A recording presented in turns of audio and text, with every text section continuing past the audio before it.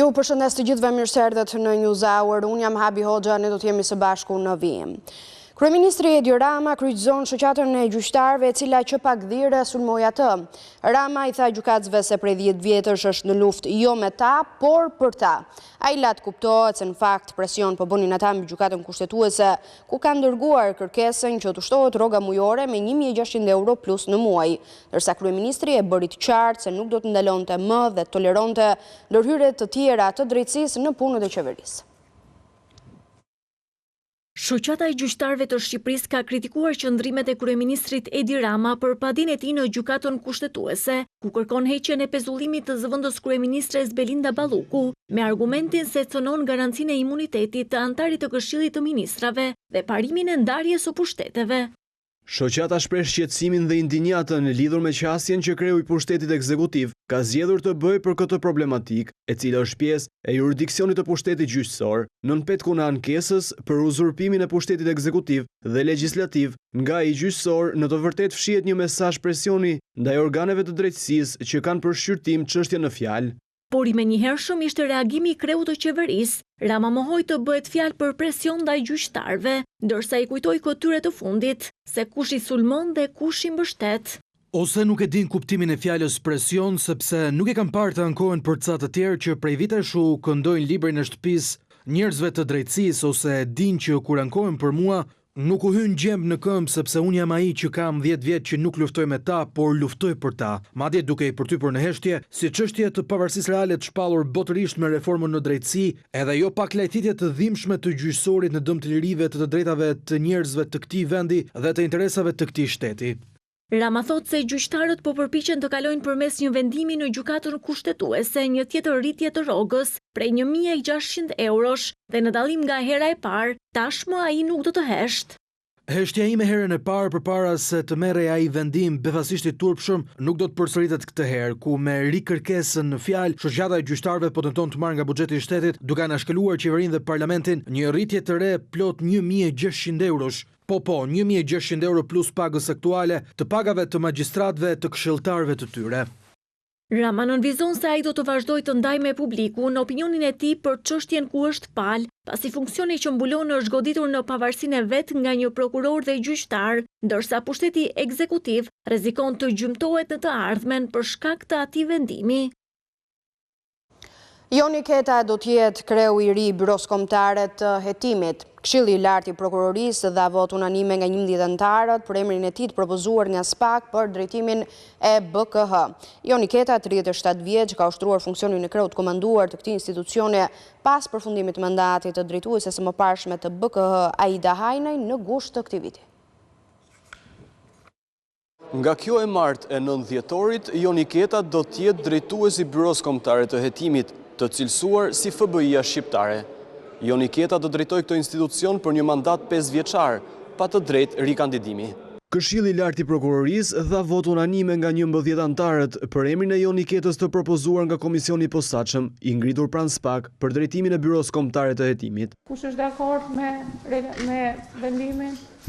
Në nisje të votimit të emrit të Joni Ketës mes anëtarëve të Këshillit të Lartë të Prokurorisë pati diskutim lidhur me procedurën nëse informacionet e SPAK mbi përzgjedhjen e Joni Ketës duheshin lexuar të plota, por më pas u vendos që procesi të vijonte sipas procedurës së zakonshme, leximit të informacionit të përmbledhur të depozituar nga komisioni i ngritur pranë SPAK. Gjatë gjithë procesit të përzgjedhjes së Joni Ketës në krye të Byros Kombëtare të Hetimit në komisionin e posaçëm, por edhe në mbledhjen e Këshillit të Lartë të Prokurorisë të pranishëm, ishin përfaqësues të Bashkimit Evropian dhe të Shteteve të Bashkuara të Amerikës. Joni Keta, 37 vjeç, u përzgjodh si fitues nga komisioni mes kandidatëve të tjerë që plotësuan kriteret: prokurori Andi Pokçe dhe oficer të policisë Artur Beu, Elton Kërluku, Gentian Doj, Gentian Shehe dhe Gledis Nano. Joni Keta ka qenë pjesë e strukturës së Byros Kombëtare të Hetimit që në ngritje të saj, ndërsa më pas mori detyrën e zëvendës drejtorit. Pas përfundimit të mandatit të Aida Hajnës në krye të këtij institucioni në gusht të këtij viti, Joni Keta mbajti funksionin e drejtuesit të këtij institucioni.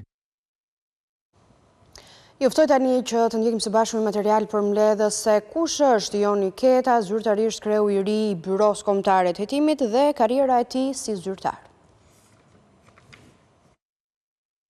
Joni Keta, drejtori i ri i Byros Kombëtare të Hetimit, përfaqëson brezin e ri të drejtuesve dhe agjentëve që kanë sjellë qasje teknike, profesionale dhe moderne hetimet e prokurorisë së posaçme SPAK, që prej vitit 2024 ai ka mbajtur detyrën e zëvendës drejtorit të Byros Kombëtare të Hetimit, ndërsa pas ikjes së Aida Hajnës, ai u komandua që nga muaji gusht i këtij viti si drejtues i këtij institucioni. Në platformën e tij për drejtimin e Byros Kombëtare të Hetimit, ai është fokusuar tek integriteti, por edhe modernizimi i proceseve hetimore, forcimi teknologjisë e përdorur në hetim, si dhe në rritjen e kapaciteteve profesionalve të agjentëve. Karrierën e tij e ka nisur në prokurorinë e krimeve të rënda, ku ka shërbyer si oficer i policisë gjyqësore, duke hetuar krimin organizuar dhe çështje që lidhen me korrupsionin. Përvoja në këtë strukturë i dha një bazë të fortë operative në terren për thellimin në hetime. Pas krimit të Byros Kombëtare të Hetimit, ai u bashkua që në nisje strukturës së hetuesve të saj. Fokusi i punës së Joni Ketës në Byron Kombëtare të Hetimit është pikërisht kundër korrupsionit dhe krimit të organizuar. Ai ka qenë pjesë e grupeve të hetuesve edhe në operacionin Ura, si dhe operacione të tjera kriminale me shtrirje ndërkombëtare. Joni Keta ka marrë pjesë në takime të ndryshme të përfaqësuesve të SPAK me delegacione të Shteteve të Bashkuara të Amerikës dhe të Bashkimit Evropian, ndërsa ka përfaqësuar Shqipërinë në shumë takime ndërkombëtare deri në Amerikën Latine. Joni Keta vjen nga familje e lidhur me sistemin e drejtësisë, pasi është djali i prokurorit Hysen Keta. Bamir Topi u mor në pyetje sot në prokurorinë e posaçme lidhur me hetimet për 21 janarin. Ish presidenti i Republikës në kohën e protestës ku vran nga garda 4 protestues në bulevard, ai u thirr nga prokurori i SPAK si person që ka dieni mbi çështjen. Pas rihapjes hetimeve nga SPAK për këtë krim shtetëror, më herët janë marrë në pyetje edhe ish kryeministri Berisha dhe ish ministri i Brendshëm Basha. Ish-presidenti Bamir Topi u pyet për 1 orë 30 minuta në SPAK si person që ka dieni për krimin shtetëror të 21 janarit, ndodhse më parë ka folur për krimet e kryera në atë ditë, por edhe për krimet post 21 janarit, pas daljes nga prokuroria e posaçme ishte i rezervuar. Ish-presidenti konfirmoi se kishte një thirrje nga SPAK për këtë çështje, por refuzoi të jap detaje për çka ka deklaruar para prokurorëve, duke theksuar se është një çështje në hetim. Funksioni i prokurorisë së posaçme është thjesht hetimi për të dalë gjithmonë tek e vërteta. Gjithçka është në fazë hetimi. Unë kam folur pafund, por tani që jam në këtë institucion unë e mbyll me kaq. Në kuadër të hetimeve për dosjen e 21 janarit në SPAK janë paraqitur më parë edhe kreu i Partisë Demokratike në atë kohë kryeministër Sali Berisha, si dhe Lulzim Basha, në cilësinë e ministrit të Brendshëm. SPAK regjistroi procedimin penal për ngjarjen e 21 janarit të vitit 2011, pasi gjykata e lartë vendosi një vit e gjysmë më parë për prishjen e vendimit të mëparshëm të gjykatave dhe urdhëroi fillimin e hetimeve për kallëzimin e familjes Nika ndaj ish-kryeministrit Sali Berisha dhe ish-ministrit të Brendshëm Lulzim Basha. Të afërmit e Alex Nikës, njërit prej protestuesve të vrarë para kryeministrisë në protestën e Partisë Socialiste me 21 janar 2011, akuzojnë Berishën, Bashën dhe ish-komandantin e Gardës Republikës në Reaprendi se urdhëruan të qellohej me armë ndaj pjesëmarrësve në protestë. Me 21 janar humbën jetën Alex Nika, Ziver Veizi, Hekuran Deda dhe Faik Myrta, protestues në bulevardin Dëshmorët e Kombit, dhe u plagosën qindra të tjerë. Majoranca do të çojë në kuvend për votim 6 emra kandidatësh për avokat të popullit. Partia Socialiste i kualifikoi ata në Komisionin e Ligjeve duke përjashtuar 4 kandidatë, mes tyre një sekretaren Selim Blu, e cila nuk kishte marrë 28 firmat e nevojshme nga deputetët e saj. Berisha zbuloi fundin e lojës mes dy palëve. Partia Demokratike dha firmat, por do të mungojë në seancë ku Partia Socialiste do të jap votat për të preferuarin, vetëm se Endri Shabani ka qenë gjithmonë opozitar. Loja mbaroi mes zhurmës së madhe ka dakordsi leqare për avokatin e popullit. Partia Socialiste zënzori kandidat, por nuk pranoi as tërheqjen e firmave të Partisë Demokratike, duke çuar për votim në parlament 6 kandidat me firmat e opozitës. Shumica socialiste është kujdesur që të respektojë procesin deri në fund, në detajet e ligjit organik që e rregullon atë, dhe që mos të futet, siç e kemi parë, ne nuk kemi mbështetur si shumicë socialiste asnjë kandidat, duke respektuar të gjitha kandidatë që ka sjellë opozita. Komisioni i Ligjeve miratoi listën, duke përjashtuar 4 kandidat, mes të cilëve edhe Jola Hysajn. Sekretaren për marrëdhëniet me publikun në Selim Blu e tradhtoi vetë partia e vet. Nga 28 firma që i duheshin, i dhan një më pak, 27. Lojën e zbuloi vetë autori, Sali Berisha. Doktori shpalli bojkotin e votimit të opozitës për avokatin e popullit, duke i fiku shpresat edhe Adriana Kalas dhe kandidatëve të tjerë. Kështu që ne tërhiqemi totalisht nga procesi. Ne nuk jemi më palë në procesin e zgjedhjes avokatit popullit, sigurisht ne s'marrim pjesë në votim fars, jo. Por pa dashje zbuloi se kush do të zgjidhet. Sot futën kandidaturën e tyre është Endri Shabani. Dhe do vej një person që opozita s'ka si lidhje me opozitën. Por në fakt Endri Shabani gjithmonë ka qenë opozitar, madje për kandidaturën e tij firmosi 2/3 e opozitës në parlament, apo 35 deputet demokrat, vetëm se kësaj radhe Endri Shabani do të marrë votat e Partisë Socialiste, por jo votat kundër të Partisë Demokratike. Vitet e tij në politik ja vlejtën. Ata që kërkonte të sfidonte u thurën, Mavie Blu për të zgjedhur një avokat populli të gjelbër. Betejë e vetme që fitoi në politik ishte ajo me Adriatik Lapajn. Nëse Shabani do ulet në karigen komode të avokatit, Lapaj mbeti me një karige, jo në parlament, po në shkallët e ftohta të bulevardit. Përshëndetje miq, do thoni ju çfarë bën në këto orë te kryeministria. Nga sot do vazhdojmë dhe uroj që këtu të ketë qindra e mira qytetarë në ditën vazhdim. Për më shumë do lidhem, ju përshëndes, ju dua fort. Fundja, ky është fati im. Shumica e shqiptarëve, rreth 80%, nuk besojnë se Partia Demokratike i ka përmbushur aspiratat e lëvizjes së dhjetorit 1990. Sondazhi Zëri i shqiptarëve tregon se vetëm një pakicë prej 16% besojnë tek Partia Demokratike me në krye Sali Berishën. Rezultatet e publikuara në ABC News tregojnë se 65.7% të anketuarve mendojnë se themeluesit e Partisë Demokratike u larguan nga Partia Demokratike si pasojë e diktatit të Sali Berishës. Gjysma e të pyeturve në sondazh do donin Gramoz Pashkon në krye të PD.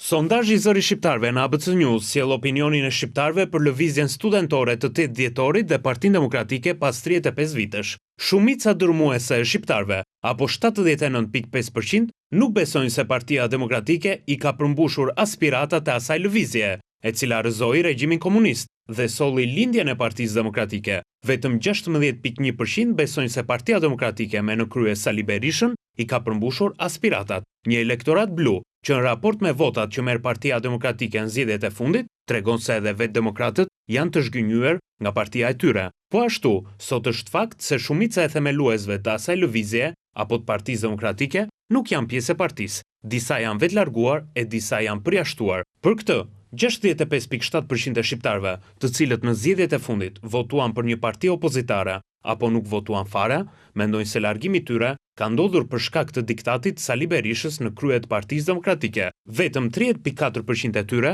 e konsiderojnë zgjedhje personale. Kjo përputhet me mbështetjen e mbetur që ka sot Partia Demokratike, apo më saktë, ata që votojnë Partinë Demokratike prej Sali Berishës. Por akoma më interesante është sondazhi, se kë do të preferoni në krye të Partisë Demokratike, shqiptarët opozitar pas 35 vitesh, 50.7% e opozitarëve apo elektoratit gri do të dëshironin në krye të Partisë Demokratike Gramoz Pashkon, 13.7% Azem Ajdarin dhe vetëm 28.6% Sali Berishën. Sot jeton vetëm një prej tyre, Sali Berisha, i dyti më i mbështetur nga opozitarët, që pas 35 vitesh, në moshën 82 vjeçare, vijon të mbetet kryetari i Partisë Demokratike, por pjesa më e madhe e opozitarëve, apo 64.4%, del se nuk preferojnë Partinë Demokratike prej Sali Berishës. Shumica e votave opozitare shkojnë diku tjetër, por aktualisht rezulton se nuk shkojnë as te Partia Socialiste, as te partitë e vogla opozitare, por rinkyçur në shtëpi. Dhe dukshëm, doktori nuk është çelësi për të nxjerrë ato për në kuti e për ta rikthyer Partinë Demokratike në qeveri.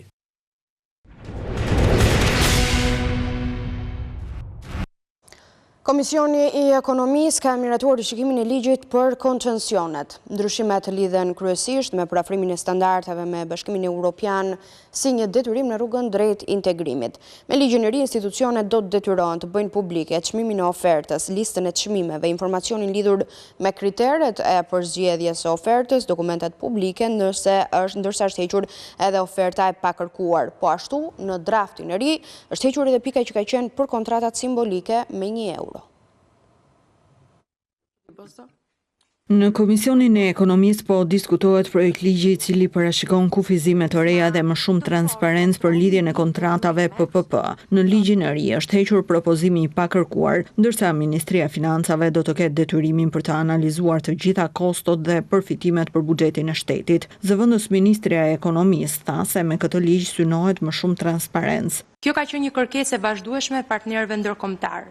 Së dyti, përfshihen rregulla të qarta për pjesëmarrjen e njësive të vetëqeverisjes vendore në projekte koncesionit dhe partneriteti publik-privat, duke vendosur kritere detyruese dhe mekanizma koordinues në nivel qendror për të shmangur mbi ngarkesën fiskale dhe për të garantuar zbatimin uniform të ligjit në të gjithë vendin. Së treti, riformohet roli I Atrakos, e cila është agjencia e trajtimit të koncesioneve, e cila parashikohet të transformohet në një agjenci me rol kryesisht këshillues dhe mbikëqyrës. Ajo nuk do të jetë më pjesë e komisioneve të vlerësimit, po do të marrë përgjegjësinë për hartimin e studimeve të fizibilitetit dhe për mbikëqyrjen e njësive të reja të zbatimit të kontratave pranë çdo autoriteti kontraktues. Në ligjin e ri do të hiqen gjithashtu kontratat simbolike me €1 dhe do të detyrohen institucionet që të bëjnë publike çmimin e ofertës. Listën e çmimeve si dhe informacionin lidhur me kriteret e përzgjedhjes së ofertës apo dokumentat publik. Drejtoresha e Agjencisë së Prokurimeve Publike Rejda Kashta tha se të gjitha këto elemente janë të rëndësishme në kuadër të integrimit në BE. Neni 4 është siç ishte, madje është kufizuar sepse është hequr koncepti I €1 dhe është në përputhje me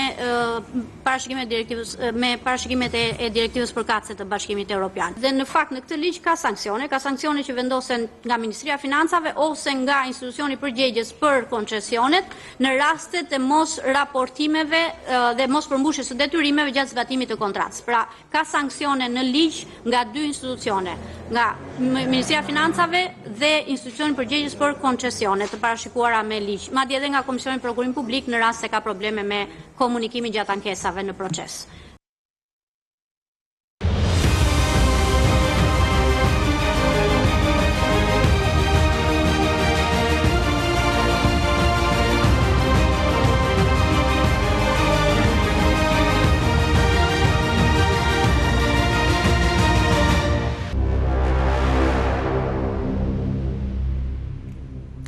Gjykata e Tiranës ka dënuar me 16 vite burg Mario Përlesha, I autori në vrasjes së Martin Cani. Do të lidhemi njërë me kolegen Bleona Prengzej. Bleona, të përshëndes, Gjykata e Tiranës ka folur, është kërkuar 16 vite burg, në fakt ka një ndryshim nga kërkesa që ka bërë dhe prokuroria, çfarë ndodhi gjatë seancës? Po, në fakt, Gjykata e Tiranës ditën e sotme ka dënuar me 16 vite burg autorin e vrasjes së 14 vjeçarit Martin Cani, autori 15 vjeçar Mario Përlesha, u dënua për 2 vepra penale, përkatësisht vrasje në rrethana të tjera cilësuese dhe vrasje në rrethana të tjera cilësuese mbetur në tentativë, përkatësisht për veprën e parë penale, pra për vrasjen e Martin Canit, ky I fundit u dënua me 12 vite burg, ndërkohë për veprën e dytë penale, vrasja në rrethana të tjera cilësuese mbetur në tentativë që lidhet me plagosjen e Luis Meçës, autori u dënua me 10 vite burg. Në bashkim të këtyre dënimeve ditën e sotme, përfundimisht Mario Përleshaj u dënua me 16 vite burg. Në fakt në seancën e kaluar prokuroria kishte kërkuar dënimin e tij me 25 vite burg, por në aplikim të nenit që lidhet me të miturit, ky I fundit nuk mund të dënohej me 25 vite burg siç kishte kërkuar prokuroria, ndërkohë gjykata e dënoi këtë të fundit ditën e sotme për 2 veprat penale që përmenda dhe në bashkimin e 2 dënimeve Mario Përleshaj u dënua me 16 vite burgim. Bëhet fjalë për ngjarjen e 18 nëntorit të vitit të kaluar ku Martin Cani së bashku me Mario Përleshaj kanë patur një konflikt disa ditë më parë, ndërkohë 3 ditë pas këtij konflikti fillestar të rinjt janë larguar nga shkolla Fanoli dhe në momentin që kanë vazhduar të sqarohen me njëri tjetrin, më pas situata ka agravuar edhe në përdorimin e armës së ftohtë, ku Mario Përleshaj ka goditur Martin Canin me thik, duke e lënë të vdekur, ndërkohë ka plagosur Luis Meçën dhe më pas është plagosur dhe vetë me armën e krimit. Bleona Prengzej, të falenderoj për këtë raportim. Një aksident rrugor me pasojë vdekje ndodhi këtë të martë në rrugën Korçë, Bilisht në afërsitë të fshatit Cangoj. Sipas informacioneve paraprake, një automjet ka përplasur një këmbësor i cili ka qenë duke kaluar nga njëra anë e rrugës në tjetrën. Fatkeqësisht për shkak të plagëve të marra, 79 vjeçari nuk ka mundur të mbijetojë. Drejtuesi i automjetit është shoqëruar në komisariat për veprimet mëtejshme procedurale, ndërsa vion puna për zbardhjen e plot të rrethanave të ngjarjes.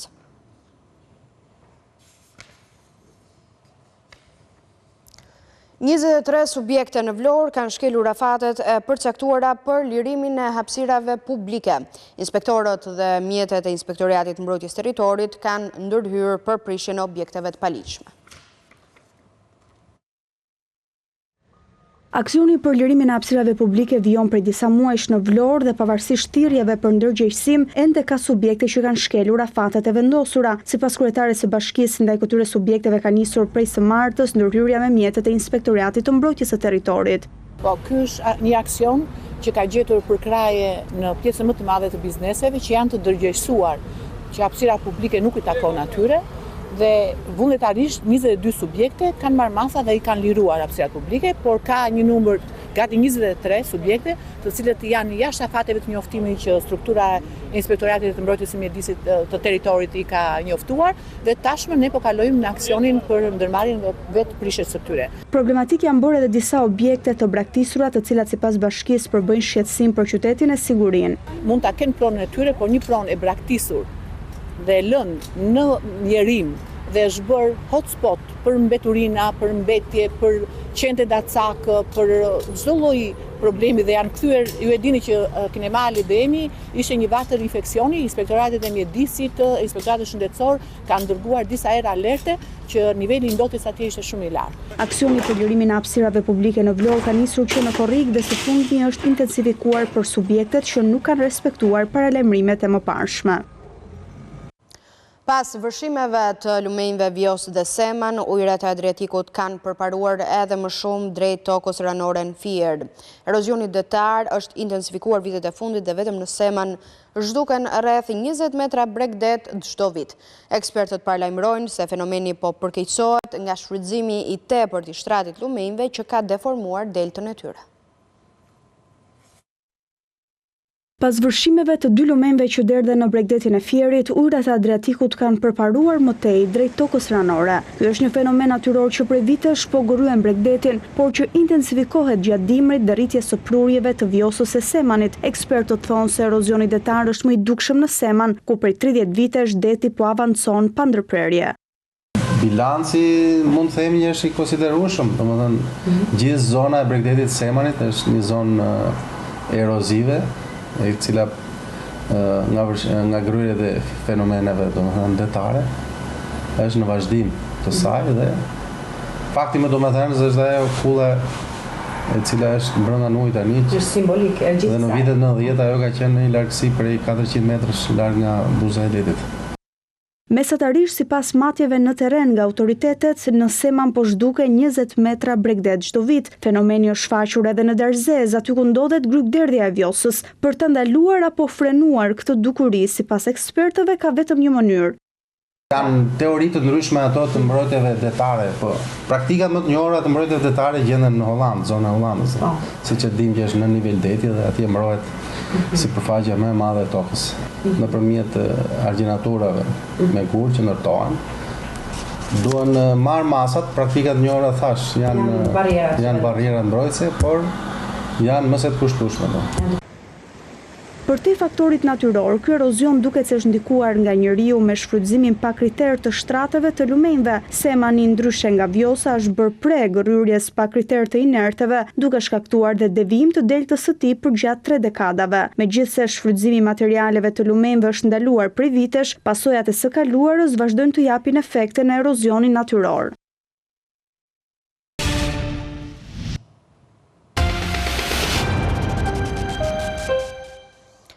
Jemi rikthyer në studio, po ndiqni News Hour. Viruset e gripit po qarkullojnë edhe në vendin ton, por këtë vit është vënë në re një mutacion i virusit që është përhapur në disa vende, por jo ende zyrtarisht në Shqipëri. Edhe pse mjekët thonë se vaksina e gripit nuk e përfshin mbrojtjen për këtë nën variant, ata gjithsesi këshillojnë marrjen e vaksinës. Virusi H3N2 që në Angli dhe vendet të tjera evropiane ka shqetësuar, është i pranishëm edhe në Shqipëri, por autoritetet thonë se nuk ka nevojë për panik, pasi sipas tyre në këto numra, qarkullimi i këtyre viruseve është i pritshëm për këtë periudhë të vitit. Qarkullojnë viruset në tipit A të virusit të gripit H1N1 dhe H3N2. Por numrat janë akoma të ulta për të paraqitur një situatë epidemiologjike. Virusi AH3N2 është një virus që çdo sezon të gripit ka një qarkullim masiv, shkakton ashpërsi në sa i përket simptomave dhe raste të shtruara në spital. Virusi AH3N2 i njohur si një nga variantet që çdo vit shkakton ngarkesën më të madhe në sistemin spitalor, nuk është një virus i ri, por këtë vit gjatë rrugës ky virus ka pësuar një ndryshim gjenetik duke shfaqur nën tipin K, i cili ndryshe nga llojet e tjera të viruseve, ky mutacion nuk përbën pjesë në mbrojtjen nga vaksina aktuale kundër gripit. Për sa i përket virusit variantit K, jo, nuk ka asnjë lloj ndryshimi, nuk ka asnjë lloj paniku dhe shqetësimi në lidhje me këtë variant. Bëhet fjalë vetëm për sa i përket qarkullimit të tij, i cili ka filluar mbasi janë bërë rekomandimet në shtator të vaksinës 2025-2026 për të aplikuar në hemisferin verior. Kjo është shqetësimi që ka dalë në komunitetin global, shkencor, për sa i përket mos përputhjes me shtamet të cilat janë pjesë përbërëse e vaksinës së këtij viti. Megjithatë, mjekët rekomandojnë marrjen e vaksinës 4 valente tek të gjitha moshat, sidomos tek ajo pediatrike dhe të sëmurët kronik, pasi varianti H3N2 është gjithmonë pjesë e vaksinës kundër gripit. Sa i takon simptomave, ekspertët e shëndetit theksojnë se edhe virusi H3N2 shoqërohet me temperaturë të lartë disa ditore. Simptomat e gripit kryesisht kanë dhimbje trupore, temperaturë të lartë mbi 38,5, dhimbje koke, mund të shkaktohen mund të shoqërohen me simptoma gastrointestinale, të cilat bëjnë të mundur dhe atë deviancën e përcaktimit tamam viral. Në vend piku i gripit pritet të arrijë në fund të muajit janar, ndërsa ekspertët e shëndetit vijojnë të këshillojnë qytetarët për kujdes të shtuar të higjienës dhe shmangje e sa më shumë vendeve të mbipopulluara. Një tekst i lëndës së gjeografisë i futur në shkollat e Maqedonisë së Veriut këtë vit shkollor përmban një skandal, ndërsa përdor fjalën Metohi dhe Kosovën e quan pjesë të jugut të Serbisë. Partia Shqiptare e Bashkimit Demokratik për Integrim i quan këtë një qasje tendencioze dhe shtrembërim të realitetit historik dhe politik të Kosovës. Ekspertë arsimit kërkojnë rishikim urgjent të këtij teksti. Paraqitja e Kosovës si jugu i Serbisë, përdorimi i termit Metohi për rrafshin e Dukagjinit apo shprehja si Mitrovica e Jugut janë pjesë e teksteve akademike në arsimin bazë Maqedoninë e Veriut. Për këtë skandal ka pasur një reagim nga Bashkimi Demokratik për Integrim që e ka cilësuar këtë akt një narrativ tendencioze dhe shtrembërim identitar. Bashkimi Demokratik për Integrim shpreh shqetësim të thellë për qasjen tendencioze dhe pasaktësitë e rënda që gjenden në librin e gjeografisë për klasën e 7 të botuar nga shtëpia botuese Trimax Shkup dhe të miratuar nga Komisioni Kombëtar për Tekstet Shkollore më 5 gusht 2025. Ky libër është futur në përdorim gjatë vitit shkollor 2025 dhe përmban formulime që shtrembrojnë realitetin historik dhe politik të Kosovës.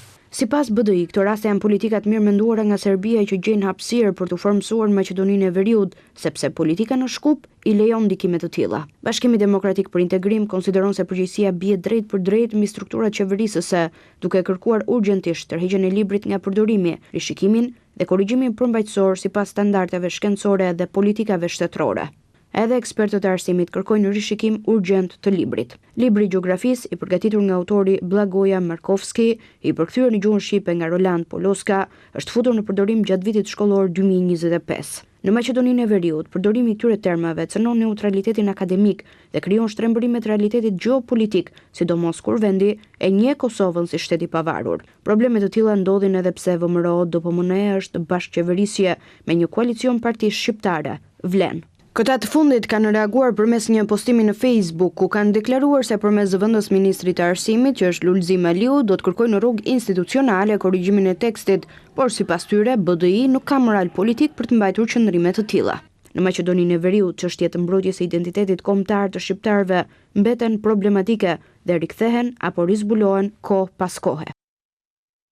Ne kemi mbritur kështu në fund të News Hour. Ju rikujtoj si gjithmonë në adresën tonë zyrtare të webit abcnews.al, ku mund të njeni me lajmet më të fundit, po dhe të na ndiqni përmes valve të radios në 105 FM.